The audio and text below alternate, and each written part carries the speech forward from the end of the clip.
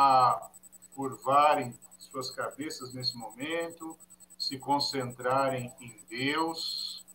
Nesse momento, aí na sua casa, talvez como aqui, você precise estar chamando a atenção de todos para que a gente se concentre na palavra do Senhor, né? Então, eu queria que você orasse, pedindo a Deus que fale ao seu coração, que você seja alimentado pela palavra, enriquecido pela palavra, que toda a interferência que puder vir para atrapalhar, nesse momento temos que orar para que a conexão não falhe, para que não haja interrupções, para que nós possamos aí receber a palavra de Deus, Deus falar aos nossos corações. Amém? Então, nesse momento, vamos orar. Pai querido e amado, te agradecemos por mais um dia. Te agradecemos pelo privilégio de podermos juntos ouvir a tua voz. Pai Santo, obrigado, porque sempre o Senhor fala conosco. E a tua palavra é viva, é eficaz, é poderosa. A tua palavra edifica, a tua palavra transforma. E nós queremos, ó Pai, que a tua palavra transformadora, nesse momento, ela seja implantada no nosso coração, que o nosso coração seja um solo fértil, Pai, para receber a tua palavra e que ela produza em nós fruto segundo a tua vontade e para a tua glória, em nome de Jesus. Amém. Este capítulo 7 do Evangelho de João começa falando sobre a incredulidade dos irmãos de Jesus.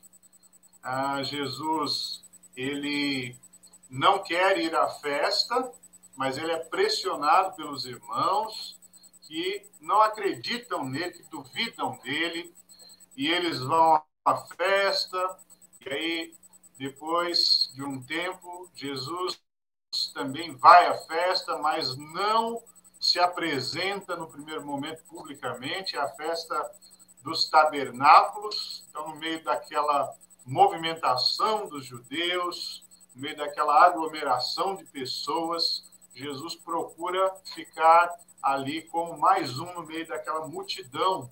Mas, num determinado momento, estando Jesus no pátio do templo, ele começa a ensinar. E logo que Jesus começa a ensinar, as pessoas vão se aproximando. O ensino de Jesus atrai as pessoas, a maneira de Jesus expor as Escrituras é algo que convida as pessoas, que atrai as pessoas, e eles param ali para ouvir o que Jesus está ensinando. E começam, então, as discussões, começam os comentários a respeito do que Jesus está ensinando. E aí, então, logo mais adiante, no verso que lemos, trecho que nós lemos, Jesus, no último dia da festa, ele se pronuncia para para um grande número de pessoas, ele exclama, como o texto nos diz, né? Ele se levanta, então ele se coloca ali numa posição de destaque mais visível, agora não mais escondido, mas se mostrando para aquela multidão, e ele faz ali uma exposição do seu evangelho. E é sobre isso que eu quero, nesta noite, estar repartindo com os irmãos a pregação de Jesus e a reação das pessoas que ouvem essa pregação.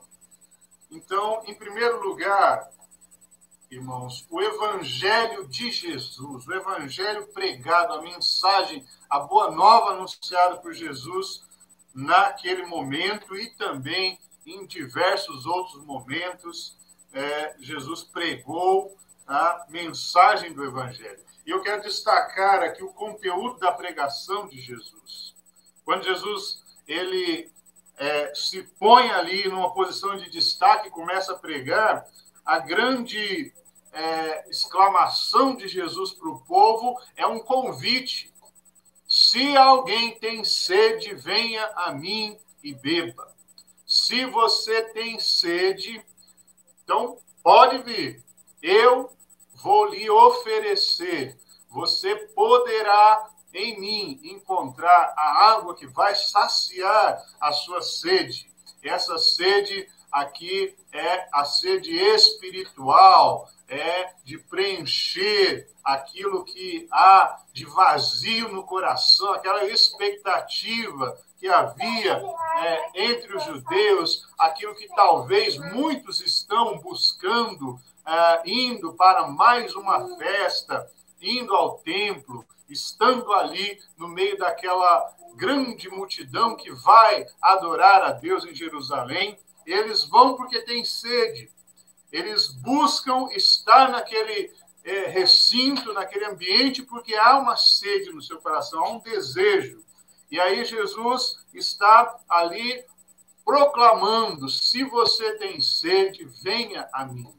Né? Como Mateus capítulo 11, verso 28, Jesus da mesma forma: vinde a mim, vocês que estão cansados, sobrecarregados, eu os aliviarei. Ele oferece alívio, ele oferece água viva para preencher, para matar a sede, para preencher o coração. Então, primeiro destaque do Evangelho de Jesus aqui nessa pregação é que ele sacia a sede do homem, sacia a sede espiritual. Ele é o Evangelho que é água viva. Segundo lugar, Jesus vai destacar aqui, irmãos, em sua pregação, que a fé desse povo em Jesus, a fé que eles têm, deve ser conforme a Escritura. Olha o verso número 38.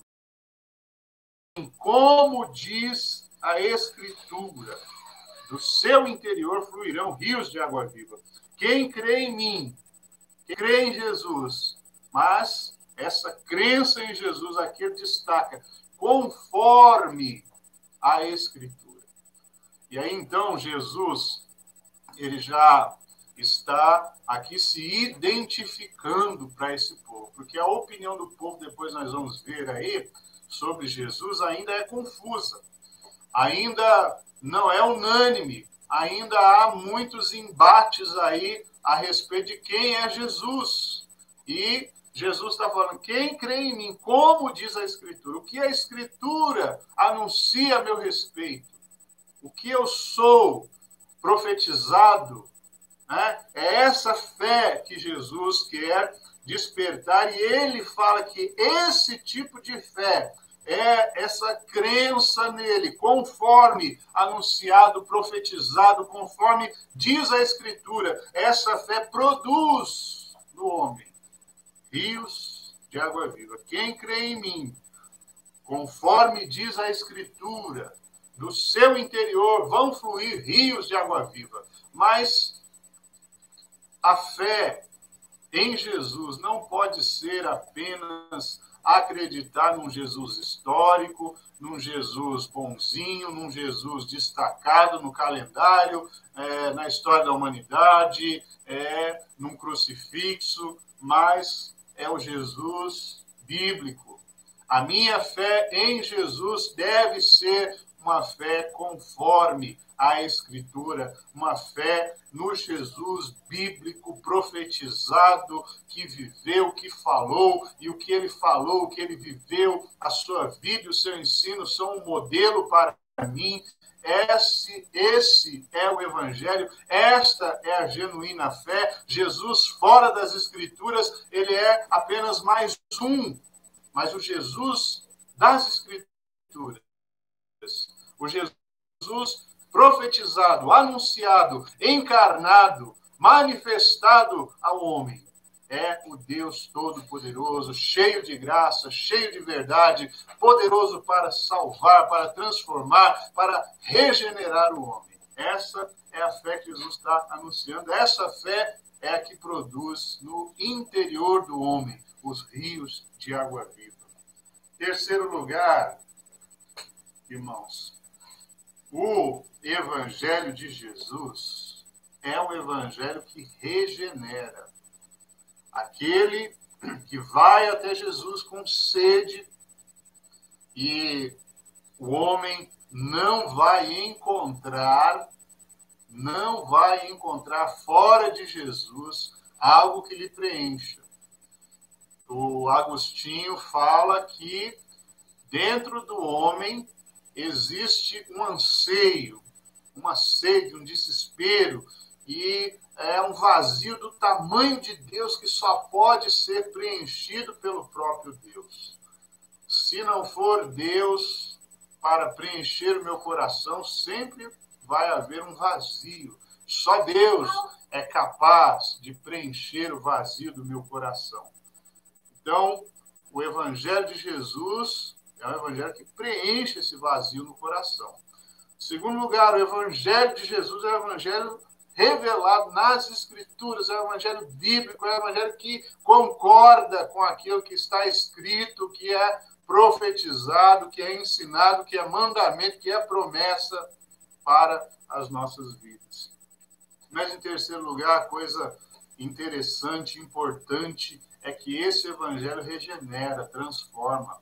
Quando Jesus fala que vão fluir rios de água viva, esses rios de água viva, eles dizem respeito à habitação do Espírito nas nossas vidas, o Espírito Santo que vai nos preencher, e João aqui faz essa explicação no verso número 39.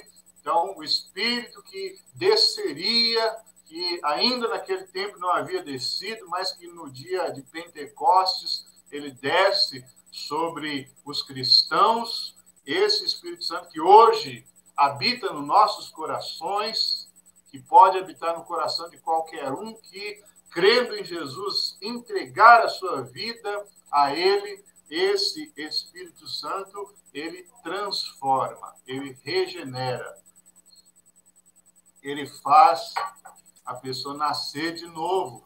Isso é o que, no capítulo 3 desse Evangelho de João, Jesus explica para Nicodemos. Isso é o que Paulo explica em 2 Coríntios, capítulo 5, versículo 17, aquele que está em Cristo, nova criatura é, um novo nascimento. Então, o Evangelho de Jesus, quem o recebe, tem a sua vida transformada, é regenerado, nasce de novo. É isso que Jesus está pregando para aquela multidão.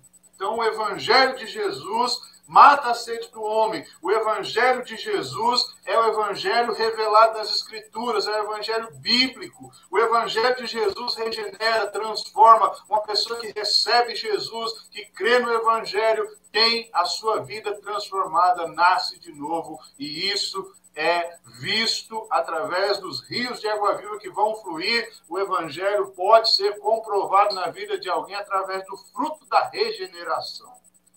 Mas como é que a multidão reage, responde ao Evangelho pregado por Jesus Cristo?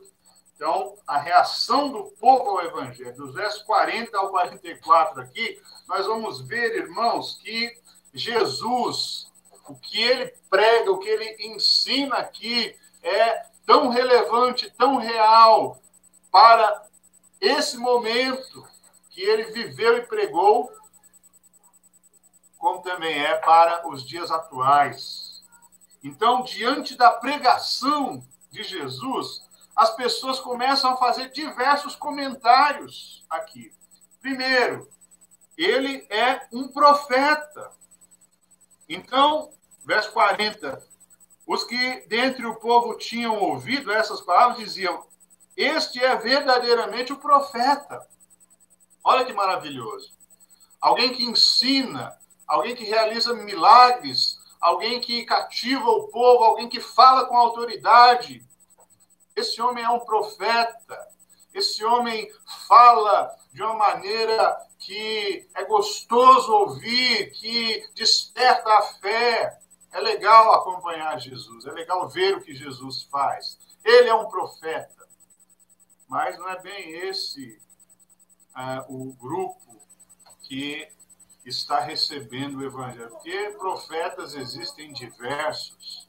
Diversos profetas marcaram a história de Israel. Então, Jesus realiza milagres, Elias, Eliseu realizaram milagres extraordinários também, inclusive ressurreição de mortos e coisas extraordinárias podemos ver nos profetas que já passaram por Israel. Moisés, o grande profeta, talvez o mais destacado, reverenciado Moisés, nessa época, principalmente aqui, o homem que liberta, instrumento de Deus para libertar o povo do Egito.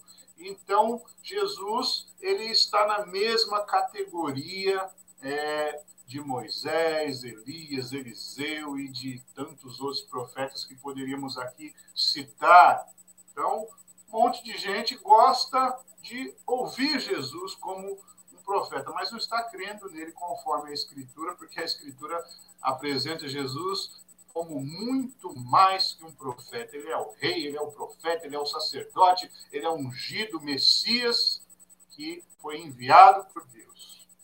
Mas um segundo grupo de pessoas já contesta o que essas pessoas estão dizendo. Outros, verso 41, diziam, ele é o Cristo, ele é o Messias. Esse grupo logo enxerga Jesus como verdadeiro Deus, como enviado de Deus, como Messias que vai estar perdoando os seus pecados e vai estar salvando definitivamente o povo.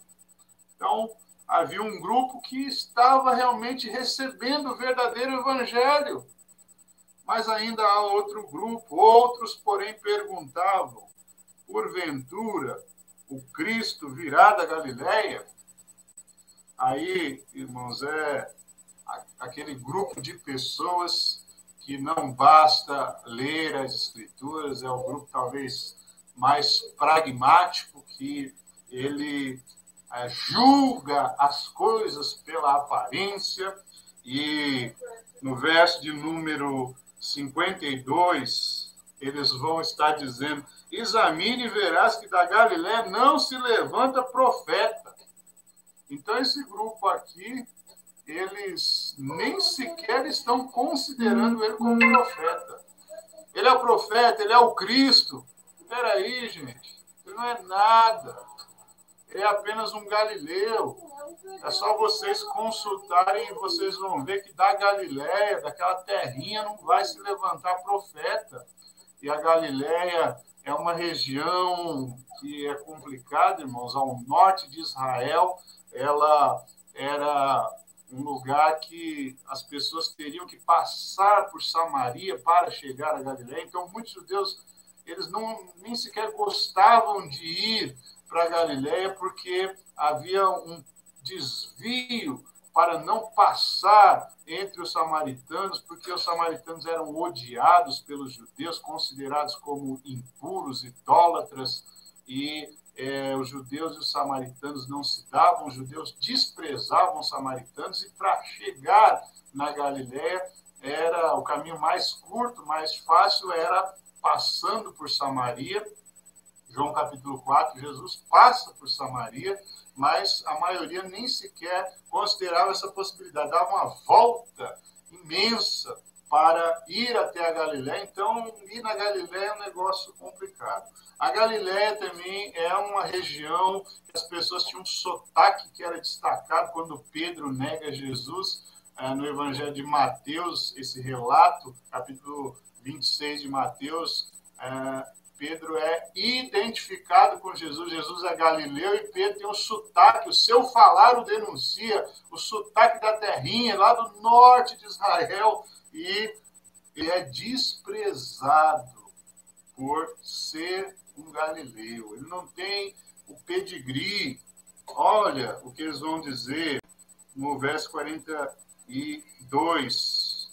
Não diz a Escritura que o Cristo vem da descendência de Davi e da aldeia de Belém, de onde Davi era? Então, eles nem sequer consultaram para saber. Jesus nasceu em Belém. Jesus é da descendência de Davi, mas eles o identificaram simplesmente como um galileu. E Jesus não tinha vergonha de ser chamado de galileu. Não é? Mas esse grupo despreza Jesus. Olha, isso daí não aconteceu segundo os padrões aceitáveis de pregação, de manifestação, de agir. Esse homem é galileu, esse homem não vem da onde vem a maioria dos profetas, dos pregadores, talvez a roupa de Jesus, a maneira como Jesus se comporta no meio da multidão. Jesus é servo, Jesus é aquele homem simples, ele fala de coisas simples. Então havia esse grupo que desconsiderava Jesus.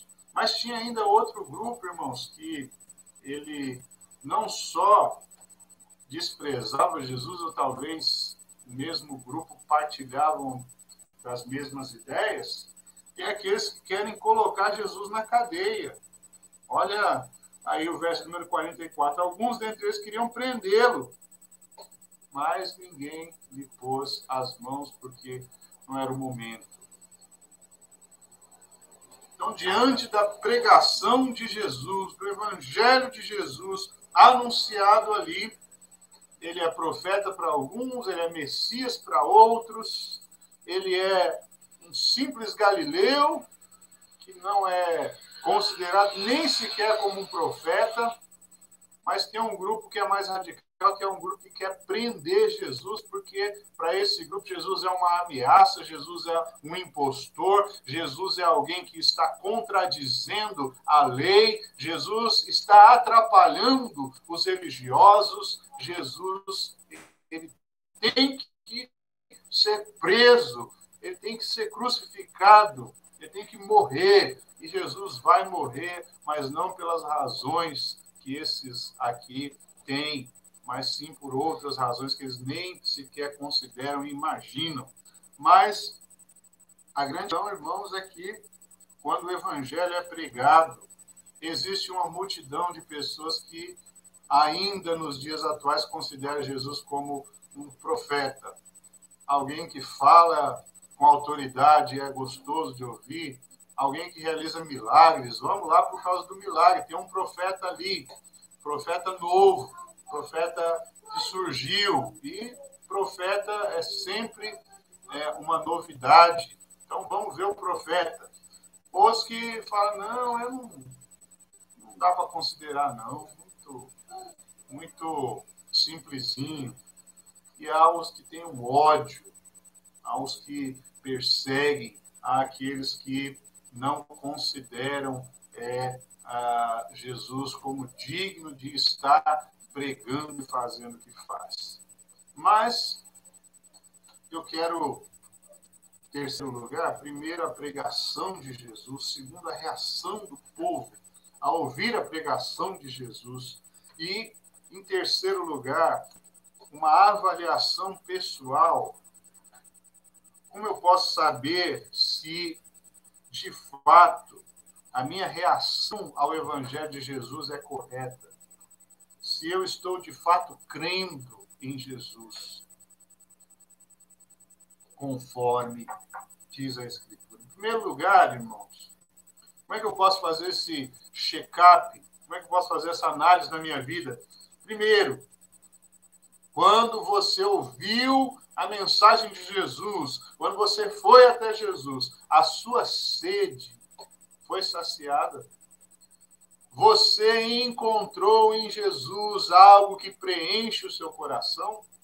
Você está contente, satisfeito com Jesus, ou você espera algo melhor ainda, algo novo, algo que está por vir? Jesus é o fim ou Jesus é o meio para você alcançar algo que você deseja? Porque se Jesus sacia a minha sede, significa que eu não preciso de buscar outra água. Significa que Jesus preenche o meu coração e eu estou preenchido, satisfeito, e ainda que eu tenha meus dilemas existenciais, Jesus é a resposta, a esperança, a razão da minha fé, a razão do meu viver. O meu futuro está garantido. Eu não tenho dilemas, mas eu creio em Jesus. Eu tenho problemas, eu tenho dificuldades, mas eu tenho esperança. Eu tenho segurança. Jesus é a rocha. Eu estou alicerçado em Jesus. Essa a fé que você possui? Ou você ainda está com seu coração vazio, com expectativas, buscando sempre algo novo, algo diferente? Se você tem Jesus, você tem tudo. Jesus é tudo em todos. Paulo diz isso na carta aos Colossenses. Então, você precisa checar isso na sua vida. Se você teve um encontro com Jesus, foi até Jesus, você tem esperança, segurança, você não está isento de problemas. No mundo tereis aflições, mas tem de bom ânimo, eu venci o mundo. Então, nós podemos estar animados o tempo todo se olharmos para Jesus mesmo no meio das dificuldades. Então, Jesus sacia a sede do homem. Segundo lugar, a fé que você tem em Jesus é bíblica. O que você tem de expectativa, o que você vive no seu dia a dia é conforme as Escrituras, ou seja, aquilo que eu pratico, aquilo que eu vivo, aquilo que se tornou para mim o padrão de conduta, de ética, de moral, vem das Escrituras, está nas Escrituras. Eu sigo as Escrituras porque crer em Jesus é crer conforme as Escrituras. Então, nós precisamos checar isso. Meu coração está preenchido e eu consigo viver a palavra do Senhor. Eu vivo conforme o Evangelho. O Evangelho, eu me enquadrei nele. Não é eu fazer com que o Evangelho se enquadre às minhas necessidades, mas é a minha vida se convergir para o Evangelho, se canalizar para o Evangelho. Eu ando segundo o Evangelho. Terceiro lugar, você nasceu de novo? Como é que eu vou saber se eu nasci de novo? Não é o que Nicodemos pensava, Jesus já corrigiu isso. Não é entrar na barriga da mamãe de novo, não dá mais. Não é possível. Mas esse nascer de novo é nascer da água e do Espírito, ser uma nova criatura. E se eu sou uma nova criatura, isso vai ser provado por fruto. Há transformação, há uma vida regenerada, há um marco na nossa vida, o que eu era antes de receber a Cristo e o que eu me tornei após ter recebido a Cristo. Eu consigo identificar na minha história esta mudança. Esta mudança é visível para aqueles que estão ao meu redor.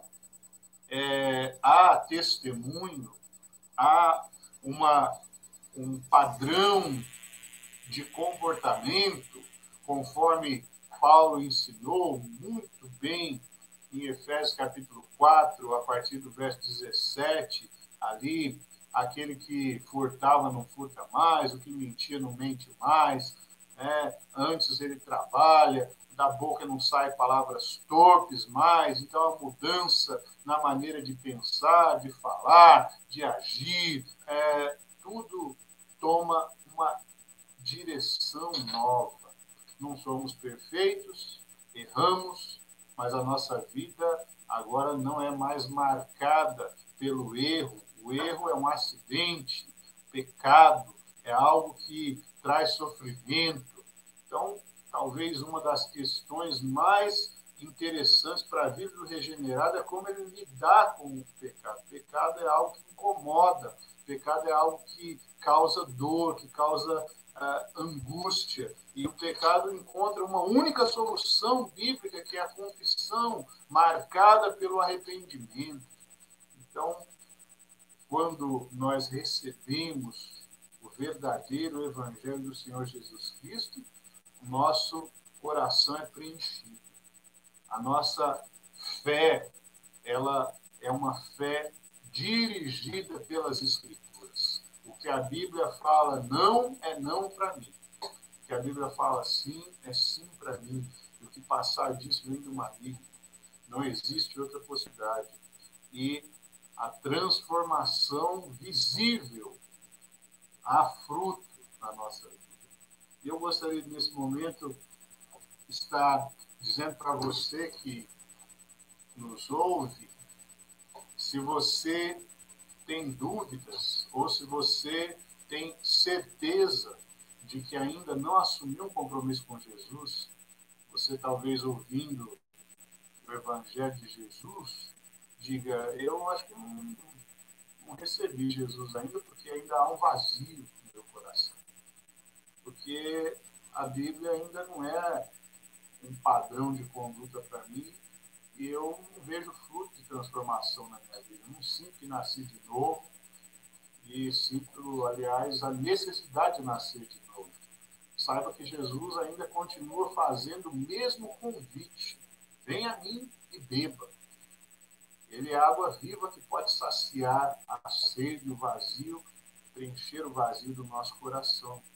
E se você deseja assumir um compromisso com Jesus, você pode falar com ele nesse momento. E você pode dizer, eu não sei como é que eu falo com Jesus, eu posso te ajudar nisso. Faça a sua oração, mas eu quero dar para você uma sugestão de oração.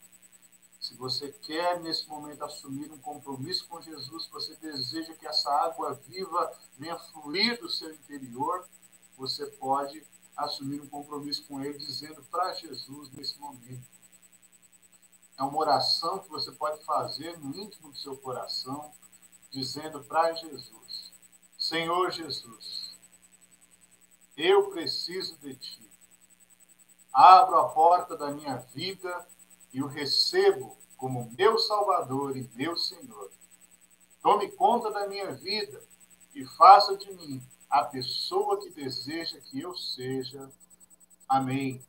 Se você orou dessa forma ou você usou as suas próprias palavras, mas o importante é que você entenda que Jesus bate na porta do seu coração querendo entrar e você precisa abrir o seu coração, você precisa convidá-lo para entrar em sua vida. Se você fizer isso, pode ter certeza que Jesus vai entrar e que o seu coração será preenchido e você vai sentir no seu interior a ação do Espírito Santo. E rios de água viva vão começar a fluir, você vai experimentar um novo nascimento que só o Senhor Jesus Cristo pode produzir na vida do ser humano. Que Deus te abençoe. Eu quero orar mais uma vez com todos que estão assistindo nesse momento. Senhor Jesus, nesses dias que vivemos, tão difíceis, Pai, nós sabemos que fazem parte daquilo que o Senhor disse, das aflições que elas viriam, que nós iríamos passar por elas. Mas obrigado, Senhor, porque podemos encontrar no Senhor a paz, podemos encontrar no Senhor a esperança, podemos encontrar no Senhor aquilo que vai preencher o vazio, talvez, que o mundo queira colocar no nosso coração. Ó Deus querido, que nós possamos, nesses dias, sentir, ó Pai, a Tua presença, sentir a ação do Teu Espírito Santo em nossas vidas, e que possamos, ó Pai, experimentar, ó Deus, do Teu consolo, do Teu conforto, e que, ao olhar para as Escrituras, a esperança venha ser reafirmada no nosso coração. Muito obrigado, Senhor, por tudo que o Senhor tem realizado por nós, em nome de Jesus. Eu quero estar fazendo mais uma oração, junto com os irmãos, pela igreja. Quero estar clamando para que Deus continue sustentando as igrejas. As notícias não são muito promissoras.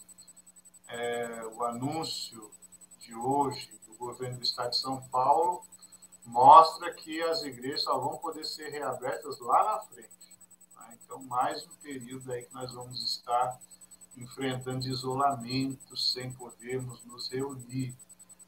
Espero que as coisas mudem, Deus pode mudar, mas vamos estar orando para que Deus sustente as igrejas, os pastores, tanto a igreja no seu sentido espiritual, o corpo de Cristo, quanto a instituição igreja que tem aí os seus compromissos, suas necessidades. Então, eu convido você a se unir à minha oração em favor da igreja local no Brasil e no mundo, que não sabemos, mas talvez há situações semelhantes a que passamos aqui.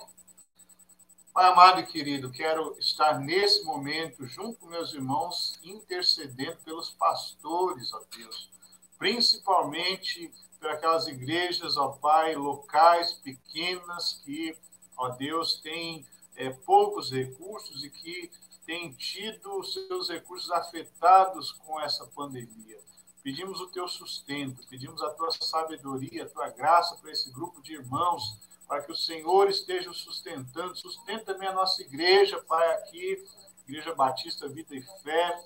Deus, dá-nos condições, ó Deus, de mantermos nossas atividades, nossos compromissos, o sustento de missionários, os trabalhos que realizamos, ó Pai, a assistência aos irmãos, e nisso oramos também para que as finanças da igreja, o Senhor esteja dando a provisão para nossa igreja, para as demais igrejas. Pedimos ao Pai que o Senhor sustente os missionários, os pastores, ó Deus, aqueles trabalhos que as igrejas mantêm, ó Deus, nós oramos para que a Cristolândia continue trabalhando, o Lar Batista e todas as nossas organizações, os missionários da Junta de Missões Nacionais e Mundiais, que estão enfrentando uma grande dificuldade devido à alta do dólar, devido ao desemprego, às crises econômicas. Pai, põe a tua mão, Senhor, em nome de Jesus. Senhor, que esta situação, ó Deus, de isolamento, de inatividade, onde as reuniões não têm acontecido, que o Senhor ponha as tuas mãos e que logo possamos voltar, ó Deus, às atividades normais, que as igrejas elas possam abrir as portas, que os cultos possam acontecer, ó Deus, ali no templo, ó Deus, novamente, e ó Pai, age de uma maneira sobrenatural. Põe as suas mãos, dá, ó Deus, o sustento para o rebanho, para o corpo de Cristo nesse momento. Que, ó Deus, os irmãos não enfraqueçam na fé, que os pastores continuem, ó Deus, conseguindo, ó Deus, dar assistência para o rebanho, que o Senhor dê sabedoria, que o Senhor dê estratégias, que o Senhor dê recursos, ó Pai, para que a nossa fé não venha se esfriar, mas que venhamos estar unidos nesse momento e que o seu Espírito Santo esteja agindo de tal forma que isso seja verdadeiro, ó Pai, e que venhamos sentir a tua presença em todo momento. E, ó Deus, sabemos que o Senhor é poderoso para fazer muito mais além do que pedimos ou pensamos. Por isso, Pai, cremos, ó Deus, que o Senhor está no controle, que o Senhor, ó Pai, vai estar agindo soberanamente em toda situação. E, ó Pai, nós te agradecemos em nome do Senhor Jesus. Amém. Irmãos, nós vamos ter mais um período de oração. Que Deus os abençoe grandemente. Tenho muita saudade de cada um dos irmãos. Espero que logo possamos nos ver novamente. Que Deus esteja confortando, consolando nossos corações em nome de Jesus. Uma boa noite, que Deus os abençoe.